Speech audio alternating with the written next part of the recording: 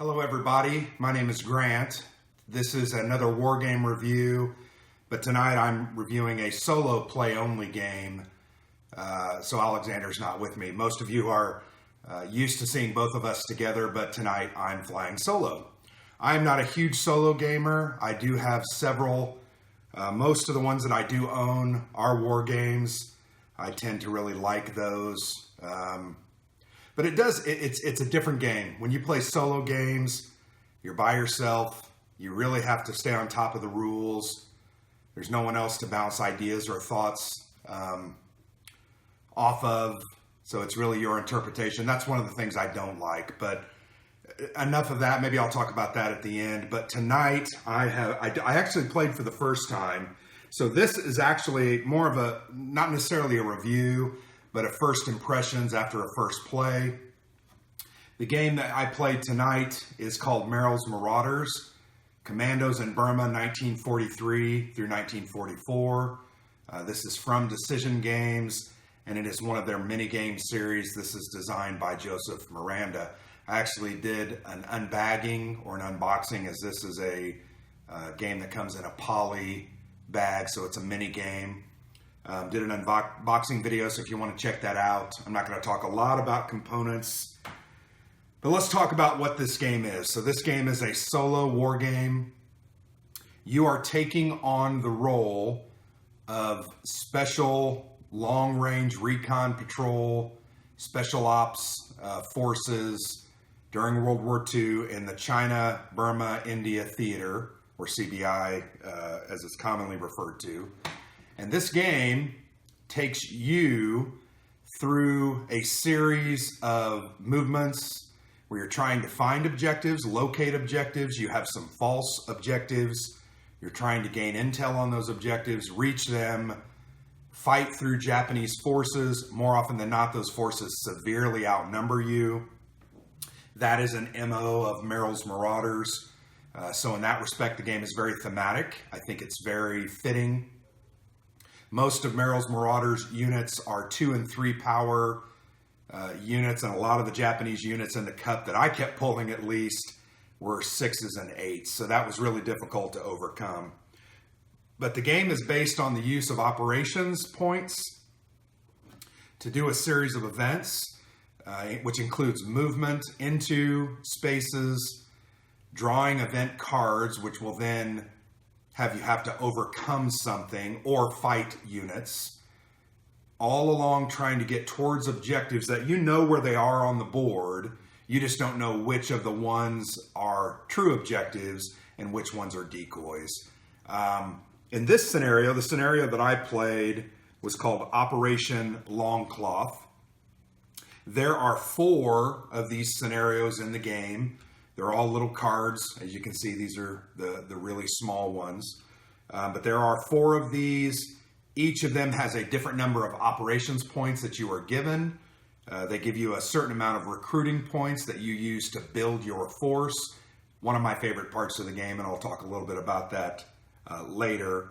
Also tells you how many command or leaders you have, and also your stacking limits. You got to remember, these are commandos, so you're not walking in with a division or a battalion or an army. You're walking in with 4 to 6 units. Hopefully you've created a team that can address a lot of different circumstances when you pull these event cards, and then you got to try to survive. Combat is very simple. You line units up. You roll for what is called tactical superiority, which simply means initiative. You're going to go first if you win that. The commandos win all ties, and if they have a leader with them, they are +1. They do not gain a second +1 if there's a second leader in a stack. So I think that's kind of cool and thematic. The troops basically operate better and more effectively when they have a leader among them. Really like that. But that combat, what you're going to do is each side's going to roll for that tactical superiority. Then you're going to alternate fire turns. Whoever wins that tactical superiority or initiative is going to fire first. Wounds like panic or unit eliminations are taken immediately. So for instance, if my commandos are firing at a larger Japanese force, let's say a unit that has 8 firepower, I happen to roll a couple of 6s, I'm actually going to eliminate that high-powered unit before it can even fire, which I really like that because, once again, that's a thematic element. It gave me the feeling of Commandos, ambushing, setting up a proper field of fire, taking advantage of terrain and tactics to make sure they eliminated a larger, more powerful force, which is what Merrill's Marauders did. If you've read any books about the Pacific Theater and the CBI. But then the combat keeps going back and forth. You can have units panicked, which means they cannot fire. If they receive 2 panics over the series of the combat, they're going to be eliminated. And then you can eliminate units. The goal is to be the last man standing, to have the most live units or unpanicked units at the end of a firefight. If you win, there are certain cards that are going to give you bonuses, extra ops points for that round, and allow you to continue on your mission. I really liked that combat aspect. The game comes to an end if you reach your objective. And once again, I'll explain. Operation Longcloth had 2 objectives that I had to meet. One was to recover at least 1 real objective. In my game, I had 4 objectives on the board. I did not know what they were. They're hidden information. You draw them randomly, you put them out, you have to reconnoiter them, go upon them, find them. The 2 that are fake are actually ambushes, so you're going to be ambushed by, you're going to roll a die. I think you have it, rounding fractions up, and then you're going to fight that many units that are controlled by the event cards. But I had to find and recover at least 1 of those objectives. And recover means you have to drag it all the way back to your base. There's some asset or something or information you're trying to share. The second part is I had to get a killed in action score of at least 4+. This was the hardest part I think I found in my game. I actually found one of the objectives. I returned it to my base, but in the end, I didn't have enough KIA score to win and therefore lost and ran out of ops. So that's what you're trying to do. Once again, there are 4 of these. You can play these individually. This game took me about 30 minutes. Would have been played much quicker had I had a better understanding of the rule book. I need to highlight certain parts in the rule book because I found that I was going back and forth from combat, checking supply, checking the way different attributes worked. There's a lot of really cool things in there. You can use mule tokens for supply, helps you move more, also gives you, I think they called it full fire for a round where everybody gets a +1 die to roll. That was very powerful. I used that a couple of times. Airstrikes are very nice. And then air movement is also very nice, but you have to have airborne units, which I did. So real quickly, I'm going to cover a couple of aspects of the game. I'm going to start with what I liked the best, the recruiting aspect. So like I said, the scenario gives you a certain amount of recruiting points. This scenario gave me 30. I have to use those recruiting points to create either 1 team or 2 teams that I'm going to deploy on the map at certain bases around the map to try and take advantage of the objectives and get them as quickly as I can. So with 30 points, I'm able to recruit a whole host of units. I can recruit basic infantry units that I believe cost 2 and have a 3 firepower, or a 2 firepower, I'm sorry. I can recruit airborne units, which cost 4. They can move from airfield to airfield as a movement. Their combat values also aren't, they're not terrible. I believe they are a 3, so that's better than actually the infantry. Obviously, they're a little more elite troops. I can buy scouts. The true role of scouts is to help you as you go through this event deck. Some of these things say, disease, you're going to take damage or lose a guy unless you have a scout. So sometimes you want to put scouts in a unit just to avoid some of the more negative effects from those event cards that you pull. There's heavy weapons teams that obviously have a very high firepower, very low movement. They include heavy machine guns, mortars, artillery, etc. There's engineers, there's supply columns or those mule tokens. There's an airstrike that you can buy. I actually bought 2 of those. They cost quite a bit. They cost 10 of my 30 recruit points, but they add additional dice to 1 unit in a combat. I used those several times to my advantage to make sure I took out a large Japanese garrison, either the 8s or the 6s, before they could roll all those nasty dice and hurt me. There's also air supply tokens, which can provide you that full fire benefit and some movement advantages if you use them. There's also forward bases. You can build and construct those, and then you can buy leaders if the mission doesn't provide you with a leader. You can also use one of the advanced rules to buy an extra op point.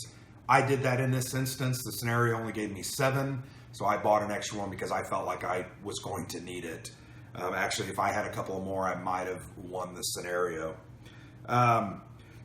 So what I found out just in my first play is you want to try to build one very good team, and a second smaller team is not going to help you.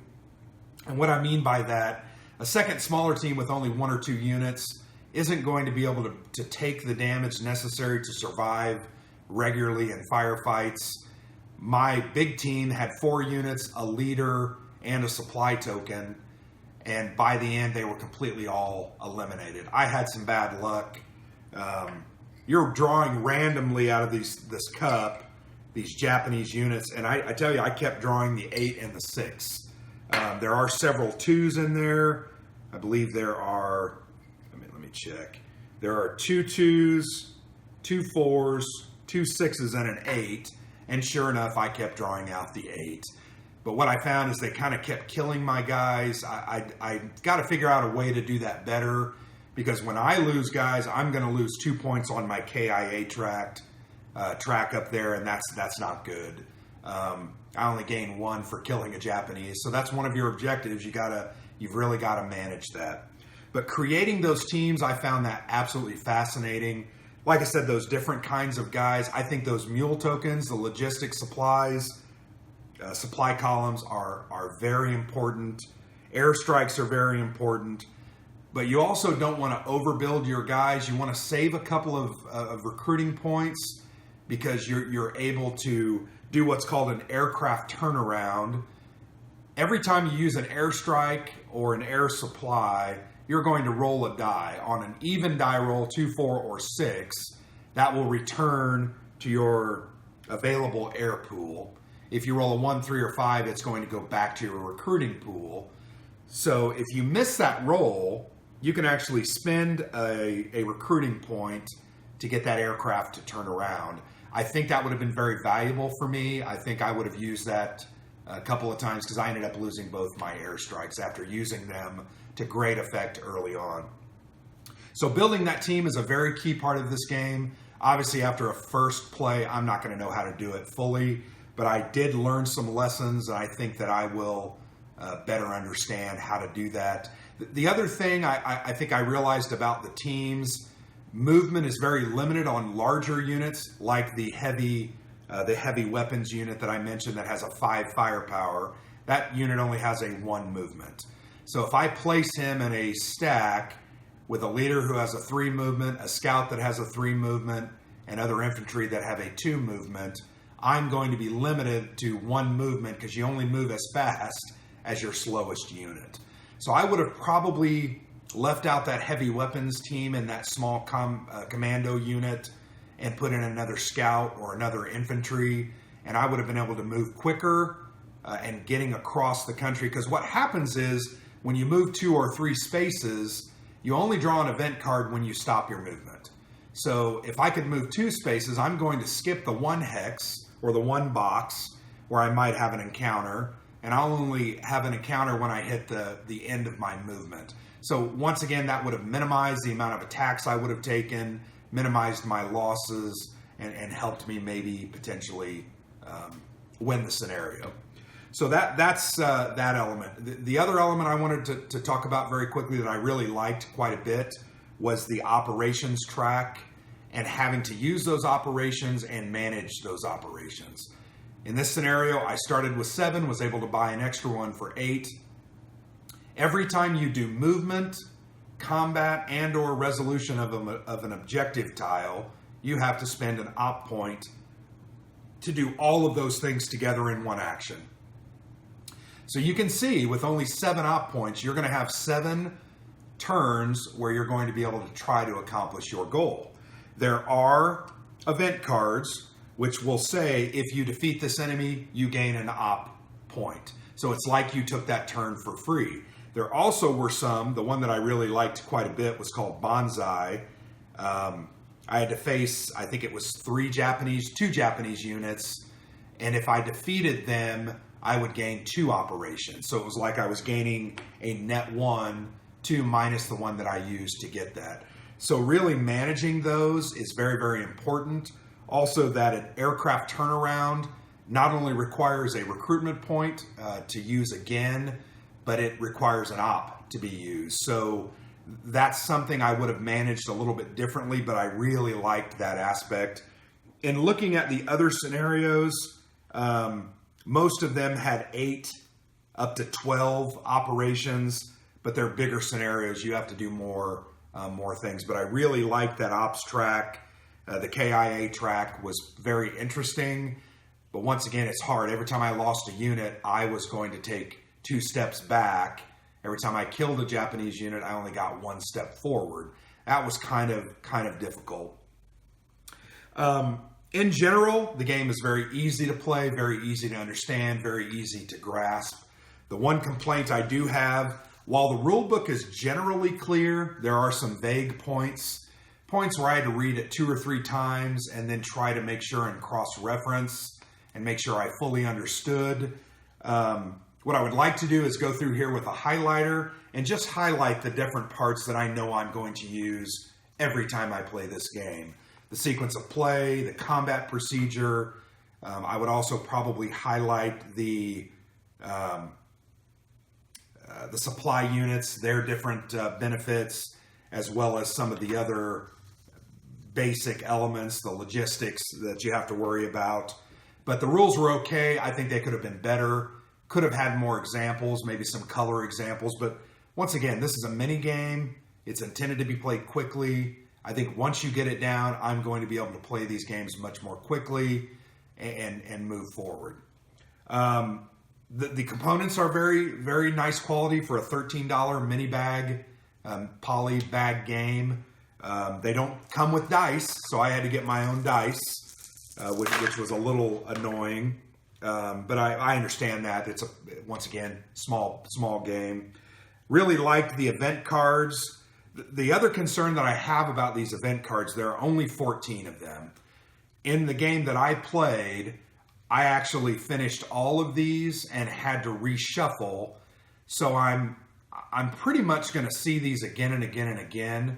I think one thing we talk about a lot in our group and on our blog when we do reviews is I want a game that has more cards than I'm going to see after one play. So 14 cards, if I'm going to see all of those during one play, I would have liked to have seen 6, maybe 8, or even 10 additional cards, or do something where you, out of the 14, you pick 10. So you don't pick, but you draw randomly 10. That way there's some uncertainty. After playing this, I can see where I'm going to be looking at how many cards are left and saying, I know what cards have been played.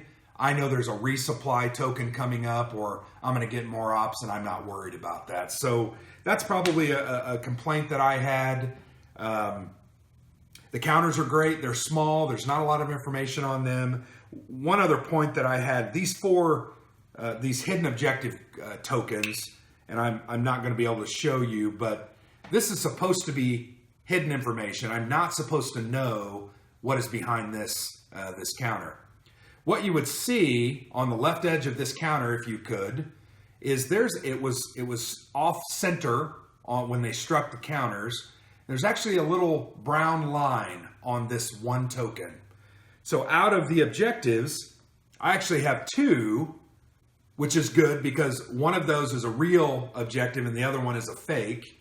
But I have two that I can see there's a flaw in them, and I'm going to kind of remember, oh, those two are X.